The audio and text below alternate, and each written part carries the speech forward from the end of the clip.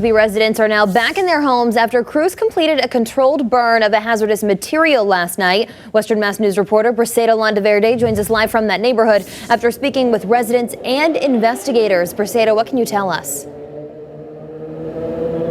Well, Jordan, it's a much quieter scene now than it was yesterday. And investigators tell me they now know how that so-called energetic material ended up in that Chicopee yard.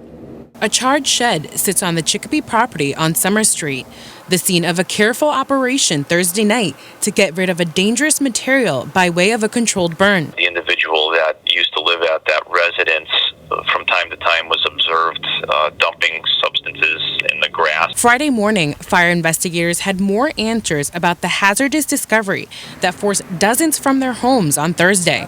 The substance in question, described as an energetic material, a term used for things like propellants, explosives, and pyrotechnic compositions, still not known, Chicopee Mayor John View tells Western Mass News. I'm not sure because the material was never tested.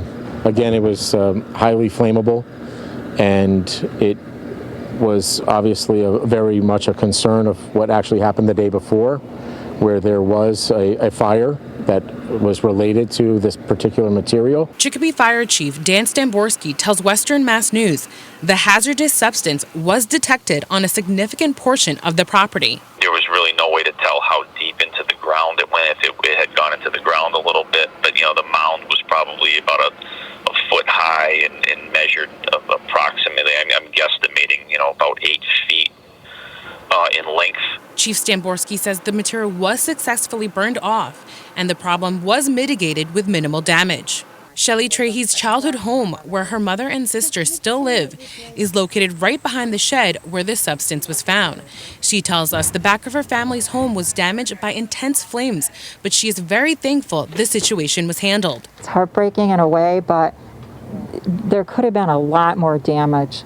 Somebody could have just thrown out a match or a lit cigarette, and it really could have been a huge explosion and a horrible sight and loss of life even. And coming up at 6, we'll have more details on what residents are encouraged to do if their homes were damaged in last night's burn. For now, reporting live in Chicopee, Briseida Landaverde for Western Mass News.